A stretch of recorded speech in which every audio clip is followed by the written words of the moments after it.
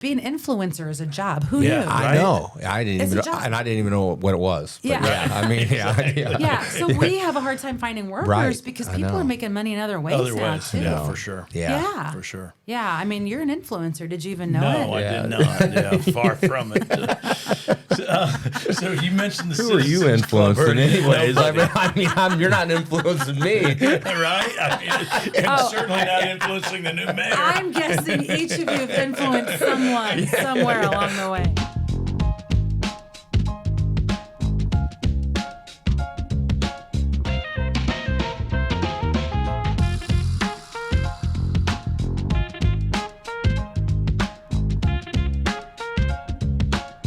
Well, welcome to the table, Misty. Thank today, you. Joining us is recently elected mayor for Springfield, Misty Buscher. And Happy to be here. It's great to have you. Yeah, great. This is fun. This is my first live podcast other than the radio station. So this right? is great. I love it. Yeah, and hopefully ours will be a lot less painful. I don't know what those. Yeah. We don't have any hard questions that I know of. No, we don't. We just one of the things we've learned from doing this was just how much people love to hear people's stories and get to know people. And especially in a role like yours, when everybody, they see things in the media, they hear people talk about things, but everybody may not have the opportunity to sit down and talk with you and know your story like others. So we just wanted to have you here to share your story. To hear from you about what kinds of goals you have for the community moving forward. I think you said you just passed the 60-day mark in office. Yes. So what's it look like in, 6-month goals, year goals, those kinds of things? Right. Absolutely. Well, is it kind of what you expected, by the way? Well, the derecho threw me for a little bit of a loop because that changed course of action instead of.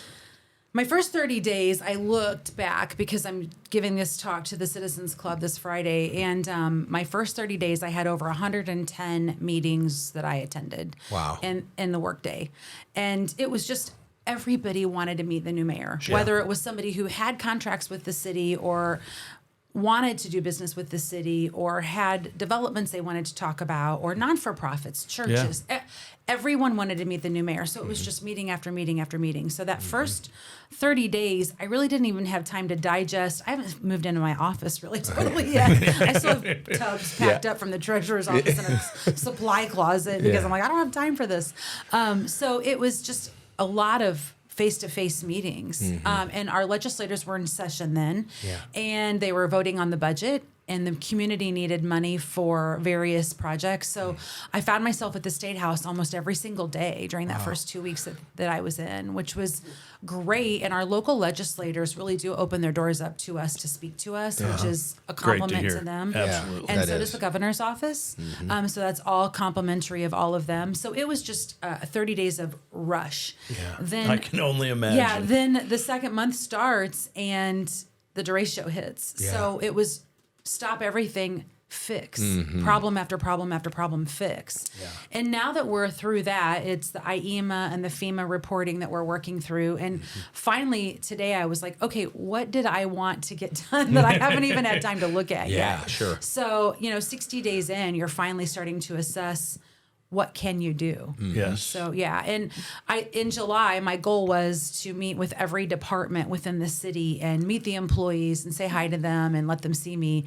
And of course, the storm changed course of that. So I was at the Public Works garage at 6 a.m. probably 7 different times. So they've seen me a lot. Oh, yeah. Because they know you well. Yeah, they've been out on the streets and I've been thanking them and for their work. And last week, Will Hoaker, I'll give Papos a shout. I called Will and said, okay, I want to buy from Misty, not the citizens, not the taxpaying citizens. I want to buy breakfast for my public works crews that have been doing all this work. But they start at 6, so I need breakfast sandwiches at 6. And he said, Misty, I'll get up at 3 a.m. to cook them because I really thank them for all they're doing as well. That's awesome. So Will got up at 3 a.m. Good and for him. That's cooked awesome. breakfast sandwiches and brought out 75 breakfast sandwiches to him. So I was out there that's cool. giving him food with Will and plenty of energy drinks and orange juice and some pop. But so I've seen the public works crews a lot, and I've seen some of my IBEW workers a couple of different times. Those are linemen that did all of the repair work for the lines. the IBEW hall, because we had so many groups in from out of town, were feeding those folks breakfast, lunch, and dinner. So I was able to go out and say hi and thank you during that time. But I need to do something from me as a thank you to them. It's their turn next. So all those linemen or line women, the crews that come in, because I was at the Office Tavern the other day, and there was maybe 6 or 8 guys that had come in from out of state and talked about the community support that everybody's so thankful for them, which is awesome to hear. Very much do so. we bring, does the mayor's office coordinate all that, or? So Doug Brown, our chief utility engineer, did coordinate all that, and we have sent workers. For instance, I was just newly sworn in, and there was a storm. I don't even remember where it was, out east somewhere. And Doug sent me a quick email and said, I'm going to offer 2 crews. And I said, no problem. I just had to authorize it. And I said, no problem at all. And so these communities do this all the time, offer crews to one another in times of need.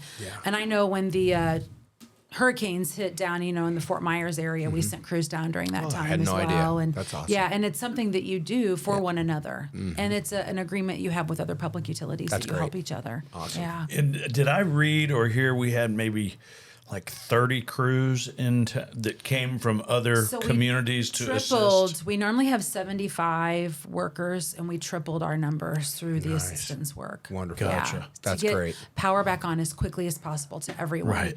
And like that Dirksen Parkway corridor, if you drove and saw that from South Grand Avenue down to Stevenson, we had over 18 wooden poles just snap in half right in a row. Wow. And took that whole corridor down. That was over a week's worth of work right there, and over $1 million worth of work just to get that one area fixed. So, it's crazy how much work. And so many things outside of and beyond anybody's control. Oh, yeah. I mean, so what a lot of people don't realize is we have a little over 68,000 people on the grid on a given day. And that evening, over 40,000 people on the grid lost power. Wow. That's all. Yeah. That hasn't happened before. And that's where I think people didn't understand the magnitude of what hit us. Yeah. No one had ever heard of a derecho. So I shouldn't say no one. People say, I remember one hit Iowa in 2020. So one did hit in the Midwest at one time. But if you weren't really paying attention or had memory of that, you wouldn't know. But it is a land hurricane. So it's winds like a hurricane. And it's funny when I talk to citizens who say they looked out their window, they say the wind was going one way and then the other. And trees were being shoved down the road and things they'd never seen before. That's what that hurricane type wind does. Right. And what IEMA told me is essentially Springfield was the eye of the storm. Oh, I didn't. We were the eye of the storm. We Wow. took the biggest hit. So that's why 40,000 people that evening had no power.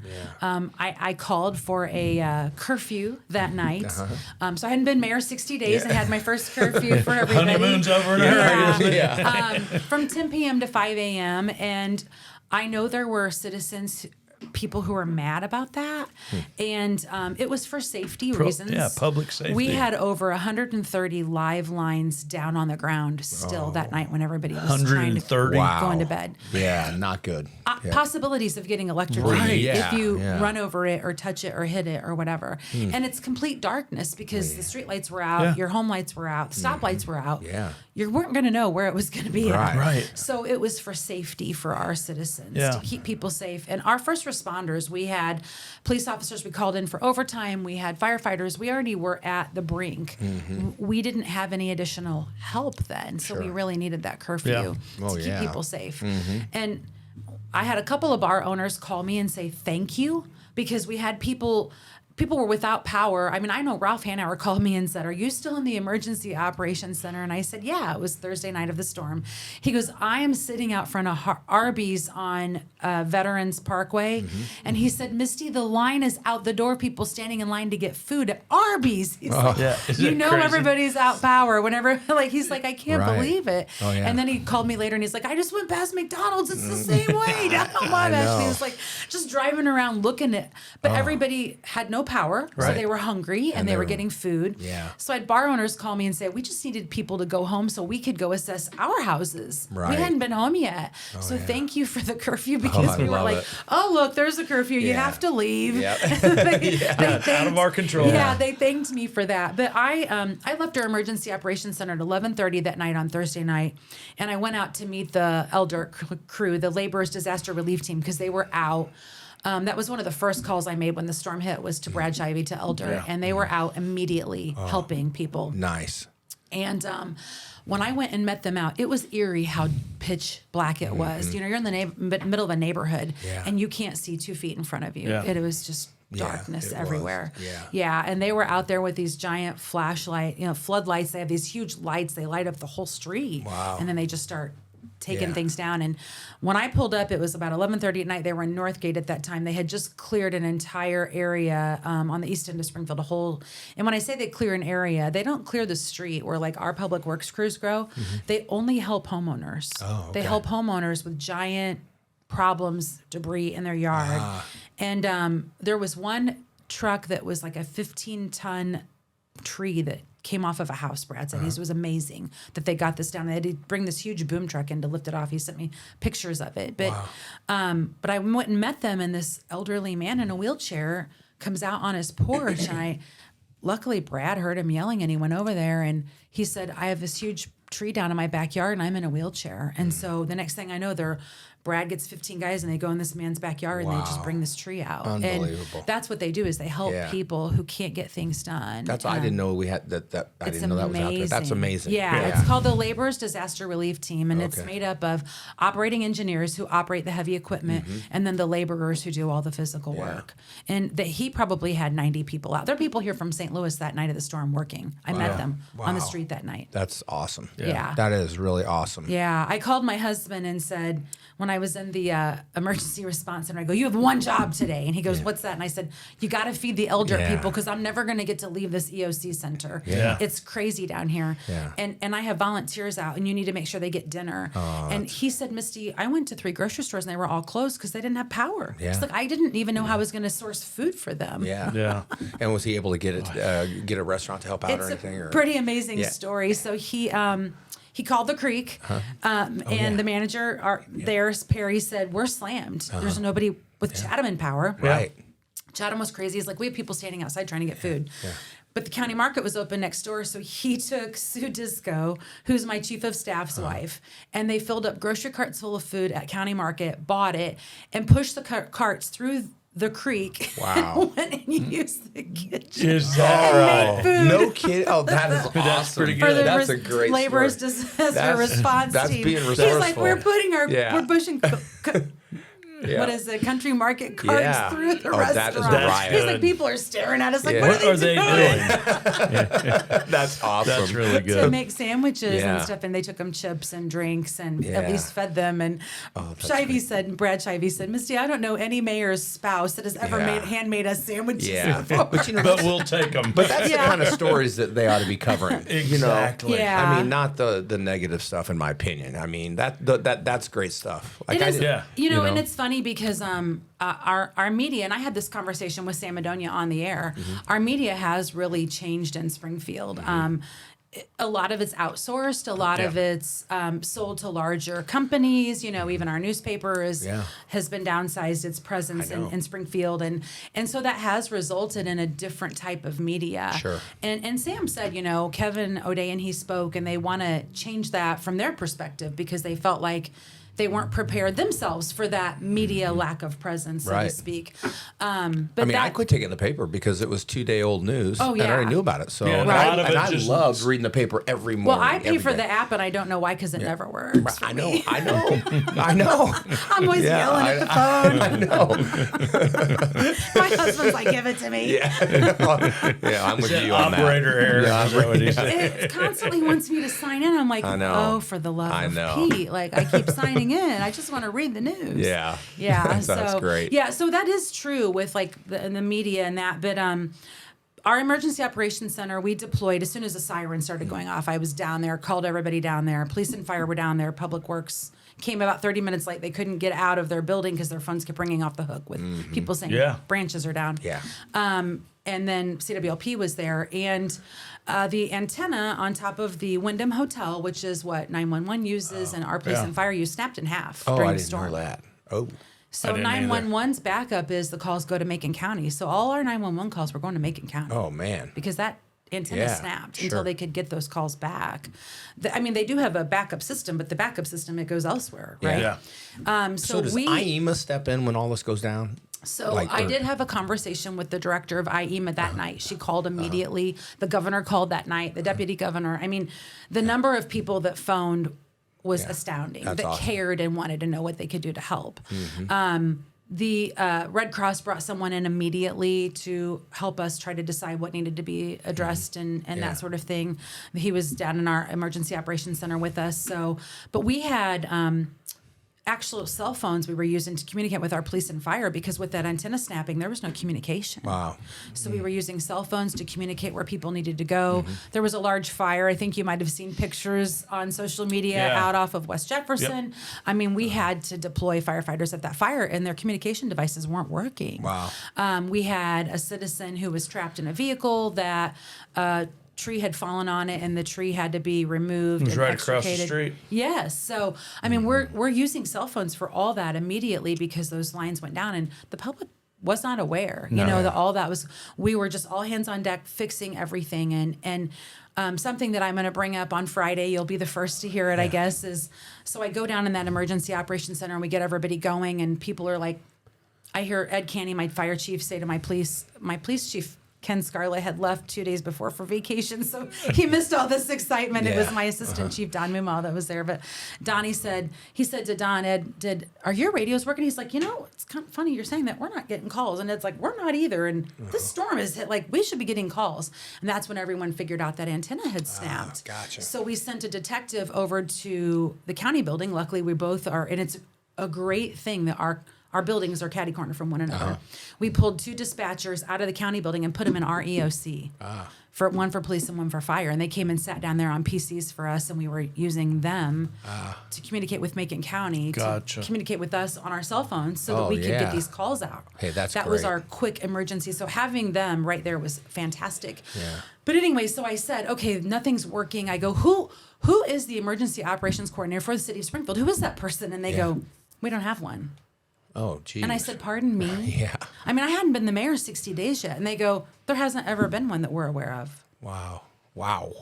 And I go, I guess I'm it. Yeah. You have one now. And I was it for the night. And it's funny because the deputy director from IEMA, who held my hand through so much of this, he's amazing, said, Mayor, I understand you appointed yourself. As and I said, well, nobody was. And he goes, there wasn't a line of people waiting, was there?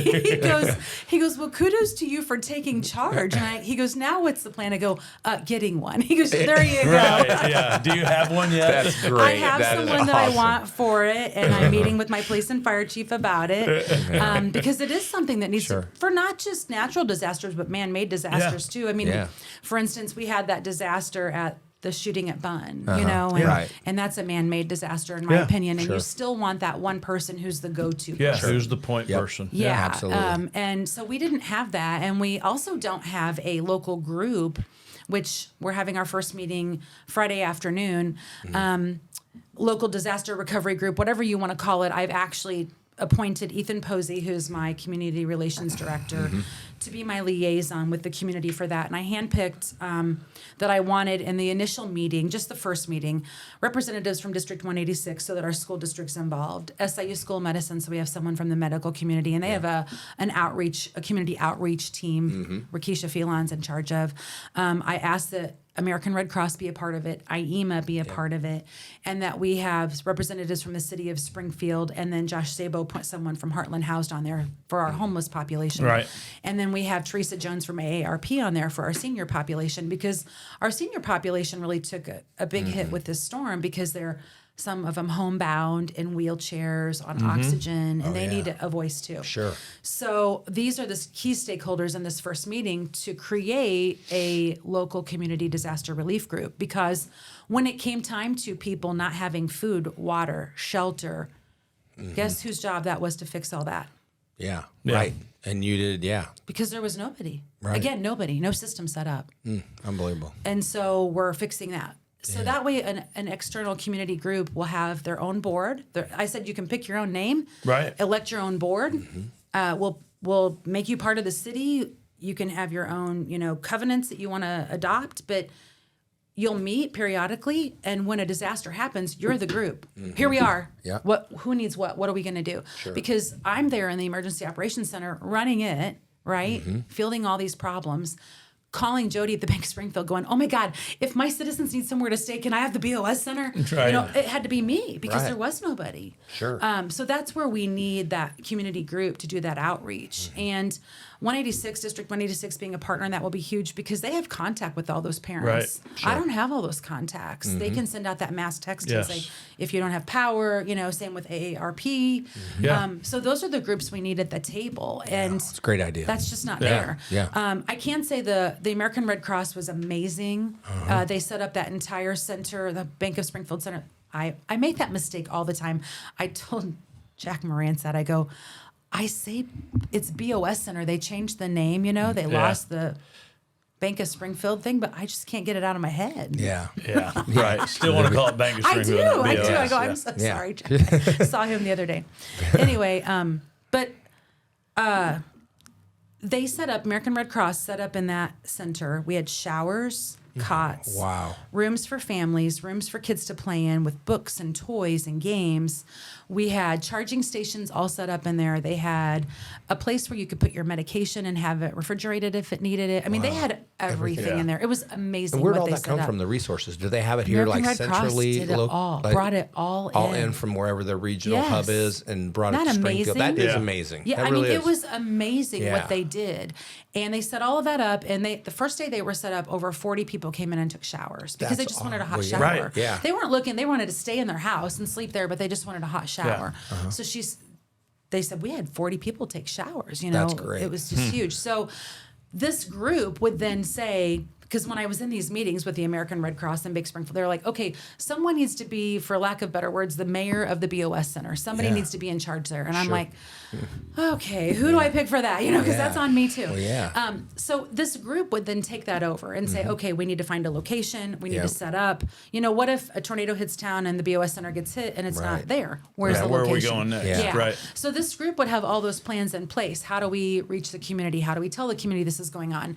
There was a food drive at the Plumbers and Steamfitters Hall that Sunday. I got the Plumbers and Steamfitters Hall for the food drive. I had someone there driving a forklift, helping with getting water out of Hy-Vee trucks and all of that. Like, that group would do all that. Yeah. Because I'm only one person. And it was, you can't do all those things. And I don't think that's what people realize is how unprepared the community was for that event. And we had gone through a pretty sizable tornado back in 06 here in Springfield. Yes. I think it was 2006. So in 06, Mayor Davlin was the mayor, and he did learn from that experience and create a position. Ralph Caldwell was in it, and it was sort of like the emergency, what we would call an emergency operations coordinator now, but when Ralph retired, then no one ever replaced that position. So it went away. I gotcha. Yeah, so Mayor Davlin did have that in place, but then it went away. But the difference, one thing with the tornado, which if we had a man-made disaster would be similar to a tornado, is it's just one area. You know, this was citywide. Oh, yeah. We had people from the west end that were hit to the east end, to the north end, to the south end. Like, it didn't matter where you went. Everybody got hit. Yeah. Yeah, so it was a little crazy. Well, I'm fascinated because, you know, I go around and I see all the piles of all the tree limbs, you know, and obviously, you know, there's not enough resources to get it all knocked out in 1 week. But how many crews there are out. And I'm thinking about, I wonder who the person is that is in charge of logistics on how do they decide what street gets, you know, cleaned up so first. I can answer that. Yeah, seriously, because I'm at the Public Works Garage all the time now. That fascinates me. I went to Abundant Faith Church on Sunday for church, and one of the members there came up and said, "You've been at the Public Works Garage more than any mayor I've ever seen. That's Thank awesome. you. Yeah. You're welcome." That is awesome. But so what they did was they chose to follow the snow route. Okay. So when we do a snow route, we have zones for a snow route, and a snow route is main thoroughfares get cleaned first, then the side roads and the subdivisions. Gotcha. So we did and then the alleys are last. Okay. And that's what we're doing with the branch pickup. So now we're into alleys. Into alleys, We're already through all that, and now we're into alleys. So here's a dumb question, because I'm from Decatur, and we didn't have the aldermen or the Alderwomen, alderwomen and men set up and the Leland Groves. Are yours commissioners then, or what are yours in Decatur? Well, we just I say yours. You live here now, but but we just had just a mayor and then elected officials, but there weren't like little jurisdictions inside Decatur. Like, so for instance, I live in Leland Grove, which is right on the edge. Your mayor is a woman as well. Yeah, a woman. That's right. Yeah, and I met her. And but is Mary all Jo, of that? she's awesome. Yeah, she is awesome. Is all that cleanup done by Leland Grove then? People. So Leland Grove cleanup should be Leland Grove. Okay, people. so no city. Even though you're a CWLP customer, so if your power lines are down, that's our job to go fix the power lines. But the down trees. So for instance, like the village of Jerome, I was talked with Mayor Lopez, and he said, we're really behind getting all these tree limbs picked up. Misty, we only have so many crews. Which same here. I'm lucky that IDOT said, how many crews do you need? Yeah. And out they came. The storm hit on Thursday. On Sunday, the following Sunday, so just not even 3 days later at 6 a.m., I met with IDOT leaders to get crews going. Man, that's outstanding. I mean, they great. came in at 6 a.m. and met me and said, That's great. okay, what do you need? I love it. Yeah. Yeah, I mean, the state partners have been great. For anyone to think that our state is not a good friend of the city is not true. They've been that amazing. is great to hear. Yeah, I love hearing the it's behind. I like encouraging. hearing the behind the scenes stuff. Yeah. I just think it's fascinating. And the community partnership, and I was lucky enough that they were in session when I first became mayor, so I got to establish relationships. And my very first face-to-face meeting with both the first lady and the governor, but separate meetings. But my first meetings with them were prior to the storm. Yeah. So I had the opportunity to sit down and meet with each of them, and then I did have the opportunity. The governor had invited me about 4 weeks in to take a tour of the Fairgrounds with him and all of the improvements going on out there. And that was fascinating. Yeah. And I felt kind of special because I got to ride in the governor's car with the governor. I bet, Yeah, but the multipurpose arena, where we used to have the rodeos outside, that he has put funding into that. It's all repaired. It's going to be ready for the fair. Wow. They're going to have truck pulls, tractor pulls in there, like monster truck stuff going on for, I know little boys love that stuff. Oh, yeah. But they're going to have all that going on in that multipurpose arena, and it's amazing what's going on there. That's great. The Coliseum, they've put new seating in it. It's being refurbished. It looks beautiful on the inside. I know they're going to have it open for the fair. All of the new seating won't be ready for the fair, but they'll finish it after the fair. But it'll be open. So we got to see the Coliseum. They're putting money into the racetrack and fixing that up a little bit, the dirt track. That's great. They're putting money into that whole Route 66 corridor. I don't know if you've seen that neon light area on the at Gate 2 at the corner of Sangamon and Peoria Road. If you go out there at night, it's already lit up right now. They're doing a lighting ceremony in a couple weeks, but it's super cool. It's all neon. All that money went into that. They've repaved roads out there. I mean, the money that they've put into the fairgrounds. And that all came from the state. Yeah. That's awesome. That's really great. Yeah, tons of money into the fairgrounds. It's great. That is I'm awesome. Yeah. very, And very needed. happy. Oh, very much so. Yeah. Yeah, and if you look at, Governor Pritzker did all of that.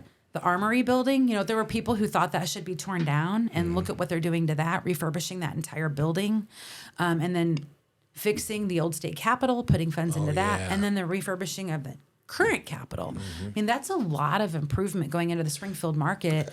I know they don't pay property taxes, but they are paying all these local workers for all this work that they're doing. Yeah. Correct. And when I was with him at the fairgrounds, one of the IBEW electrical workers was up on a lift at that multipurpose arena, and one of the Carpenters 270 guys was in the Coliseum. Hey, Misty, yelling. It's our local people out there That's working, great. doing the work. That is outstanding. Yeah. So, well, I'm sure Shivy's happy getting more and more of his staff out there. I think so. Yeah. That's Well, great. and we have so many unions, and I know labor. I'm sure you feel that here at Peerless. Yeah. Labor is hard to get right now. It's hard to find workers, It right? is. And our unions are no different. They're all trying to figure out how do we get more and more people interested in our field to truck drivers, Teamsters are looking for truck drivers. I mean, I was there the other day talking to them, and they said, we're begging Lincoln Land to open up a second truck driving school because we need truck drivers that bad. Yeah, I believe it. And Lincoln Land has a waiting list when I talked to Dr. Warren of people who want to take truck driving school. Wow.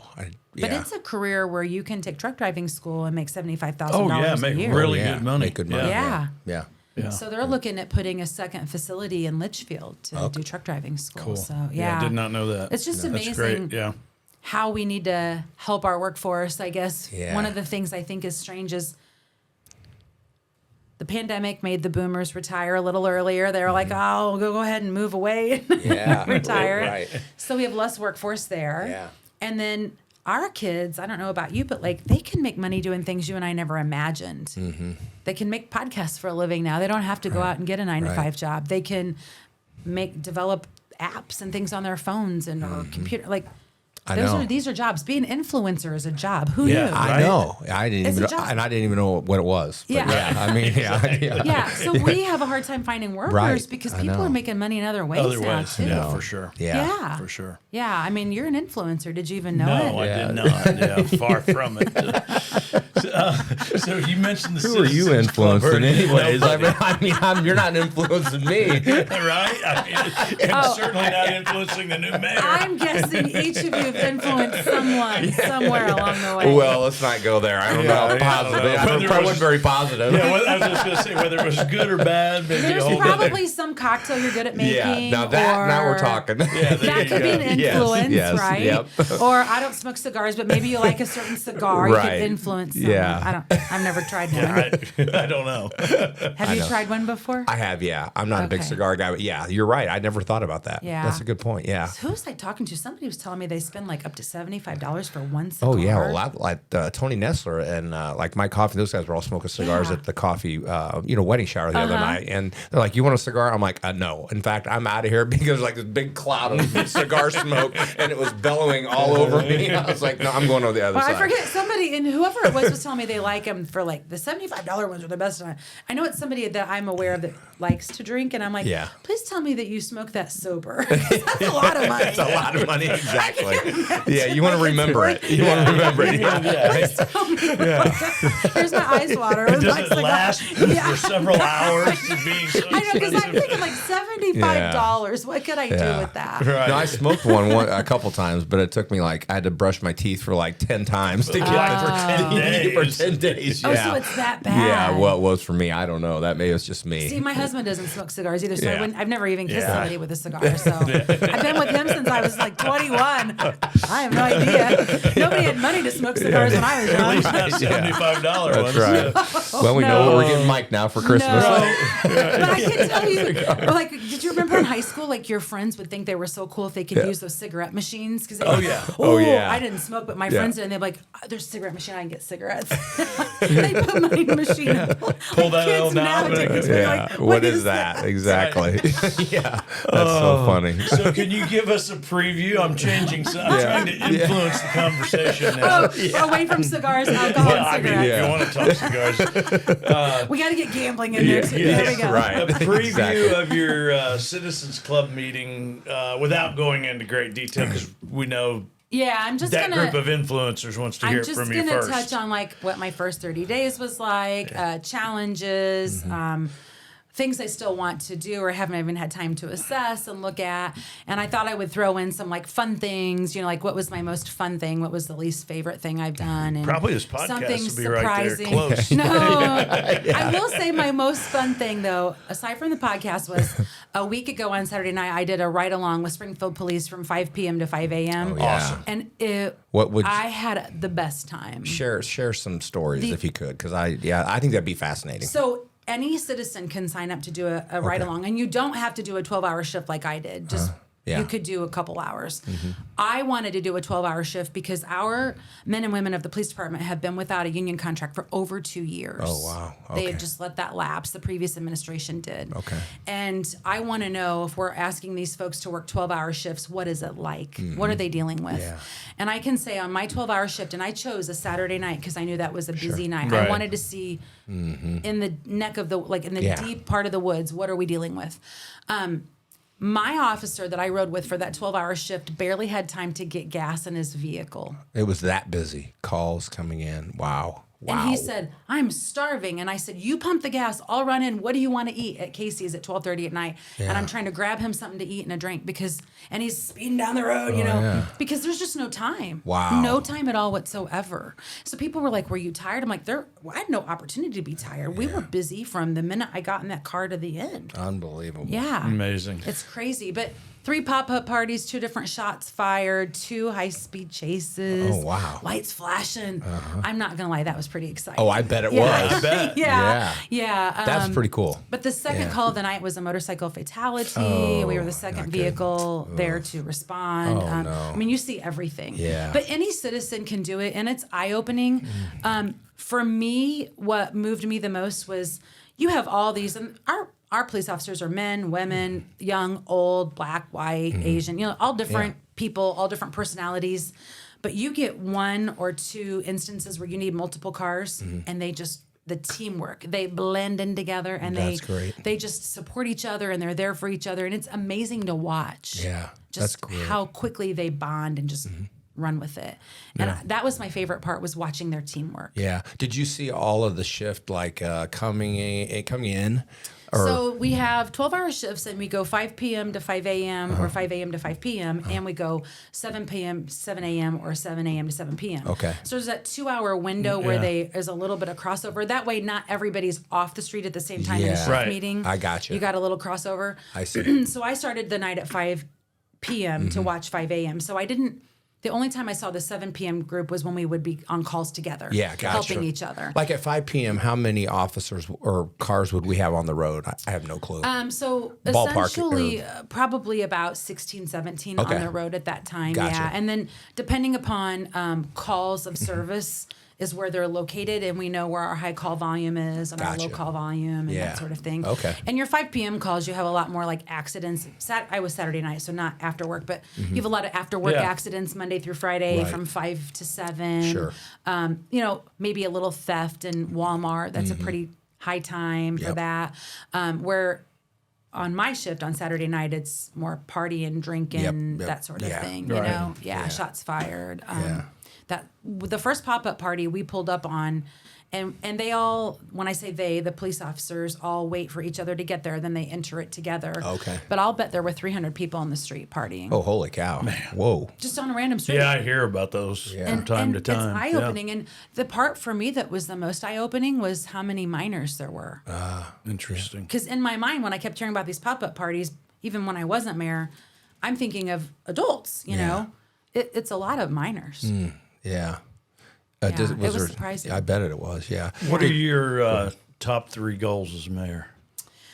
Beautification of our city, all the trash all over makes me crazy. I feel like we need, more beautified entryways into our community. When people are coming in, it doesn't visually say welcome. I want that, which would be working with the state of Illinois on that, because those aren't ours ownership wise. But I did talk to Molly Behrens at the Sangamon County Regional Planning Commission, and we have some money on deposit with them for a study, and I'm changing the study. And the study had previously been ordered but not done, so I'm altering the study to be a study on our entryways and what we can do. Oh, awesome. Cool. So that we can start that.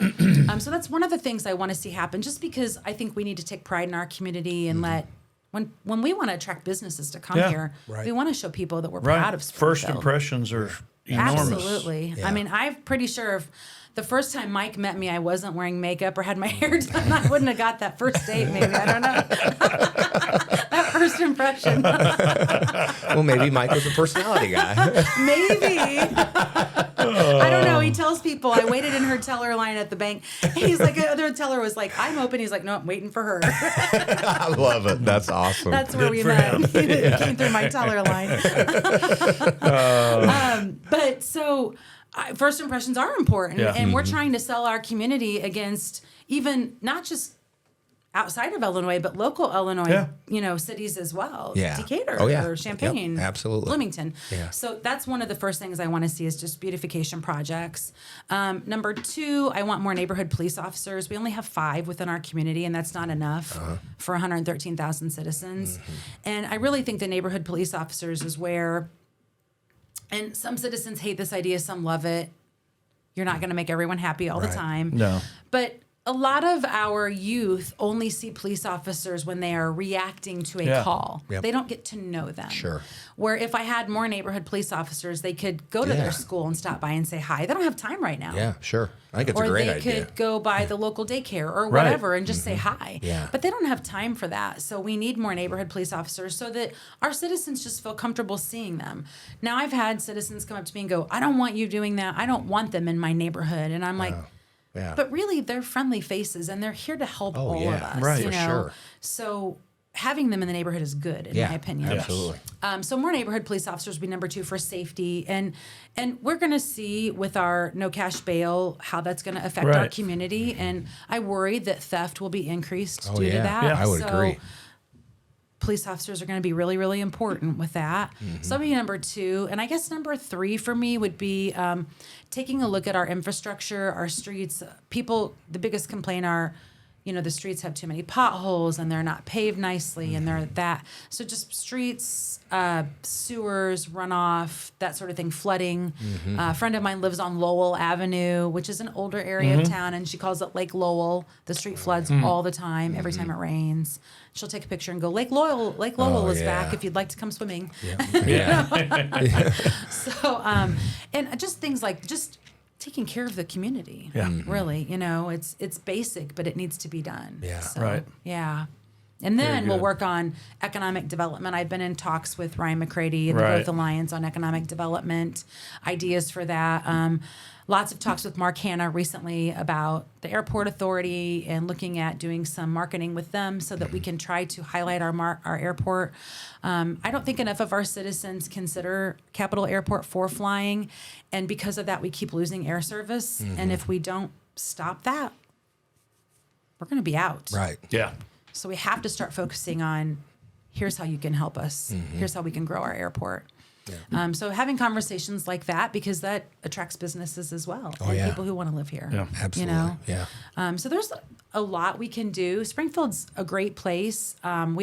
I think our assets are our citizens and our workers by far. Yeah. Yeah, we have good people. Good You people. moved here from Decatur. Don't we have good people? Oh, you think? absolutely. No, I love it here. Springfield's been wonderful to me and to my family and our company as well. Great support. And I say this as a compliment to Springfield. I was trying to do business from Decatur and commuting over here, and it's a buy local town. Yes. It's a buy local town, and it is absolutely evident because when I came from out of town, people would say, yeah, we'll use you. They never used us. You know what I mean? And then when I moved here, then the floodgates open. They're like, okay, now you're one of us. And it truly is a buy local town. And I love that because, I'm a local guy now, or, Right. We're a local business now. And we feel the effects of that. Is that fair? I mean, Very fair. Yeah. Absolutely fair. I mean, I could donate money to causes and, golf outings and sponsor things from Decatur. But until I moved here, it didn't really matter. I don't think donating a check is as important as just seeing your face. Agreed. 100%. Until you live Yeah. here, spend your money here. Yeah. Raise Yeah. your kids here, go to church here, go to school here. Go to the Just football that- game. Yeah, right. Yeah. Whatever And those Decatur, things are. yeah, and Decatur is a great community, so don't get me wrong, but I mean, one phone call here gets a lot done. I mean, everybody knows everybody, and if you need a favor, you need somebody to, chip in or help out. At least that's how I have found Springfield to be, and everybody seems like they want to really help everybody. I don't disagree. I call us a little big city. Yeah. Like everybody knows Absolutely. each other. Yeah. If you look at us like on a map or on a graph with all the cities in the state of Illinois, we're up there. We're in the top 10. We're big, but we all know each other. Right, without a doubt. Yeah. Everybody knows. And like in agree. Decatur, everybody left Decatur. Like all the guys I went to high school with, or the girls, or whatever, everybody left. So whereas in Springfield, I mean, not a day goes by that I don't talk to 5 or 6 people that went to high school at Springfield High, SHG, a banker, a lawyer. I mean, the people Right. that are in this community really did grow up here. Oh, And- yeah. And Decatur's different, where you have people moving in from out of town to work at ADM, the hospital systems, where there is just a local feel here that everybody I feel like that runs the community or is an influencer here is from here. Absolutely. You know what I mean? I mean, I was at Illini Country Club on Thursday night, and Ed Curtis is introducing me to people he grew up with on the north end of Right. Springfield. You know, this is my neighbor, growing up down the street, Misty. And, Right. And then I said, well, here's my buddy from high school, Sean Grant from Landmark Yeah. Ford. And he's like, what? I'm like, we went to high school together. Yeah. That's cool. Yeah. But you're right. It's Yeah. like everybody's interwoven, and we're all laughing for about sure. our backgrounds, Yeah. and Yeah. how long you've known somebody. Yeah. And you know what's really cool for me? I don't know if I told you this the other night, but Lisa Holder and I grew up together. So we went to Macon. she's from Decatur. I forgot. Yeah. And we lived on the south side of Decatur, which is Wildwood, and that was the Macon School District. And so we would, share rides back and forth to track practice. I mean, I knew her from when I was 8 or 9 years old. We'd be playing basketball with the streetlights on. I love it. And her mom and dad were very, very strict. And but those girls, man, they were straight A students, Tina Holder. And I didn't know the older sister because she was, I think, gone when but I remember Lisa Holder having aspirations of wanting to be a lawyer back when we were in like junior high. And I was thinking about I wanted to be a But professional she football tells player. people that she always said, I want to be a lawyer. No, she yeah. tells people No, that. yeah, I she's always awesome. wanted to be a Yeah. lawyer. I mean, and you wanted to be a football player, and yeah. I thought I was going to be like a rock star, and I can't carry a tune to save my life. Like if you heard me sing out loud, you'd go. That was a riot. So you don't do hopefully karaoke. the football player worked out better. No, it for didn't you. work out for me. No, but no, she's a really cool person. Oh, she's and her husband amazing. James White's a great dude too. Yeah, I was so. honored. I asked her to do our swearing-in ceremony when I became mayor. I didn't know that. Okay. Yeah, she was the judge who swore us all in. Oh, that's awesome. Of Yeah, all cool. of us. Yeah, Well, when we had good. our inaugural ceremonies, I called her and said, "Would you please swear us in?" So she had a very tight schedule. Because I really wanted her to do it. I mean, she's the first female Black Supreme Court justice the state of Illinois has ever had. That's a huge. I had Yeah, no it's a idea. big deal. Yeah, Huge. big. Yeah, First Black female Yeah. Supreme Court justice we've ever had. I really wanted her to swear us all in. And then the priest who married Mike and I 100 years ago is in the Charleston area now. But I called him and said, he actually baptized me as well, because I was never baptized as a child, and I took the RCIA classes Yeah. to become Catholic. And so he baptized me, baptized our kids. You know, he married Mike and I said, you've been there for every important step Yeah. of my life. Yeah. You have to do my prayer service. Like, this is a big deal to me.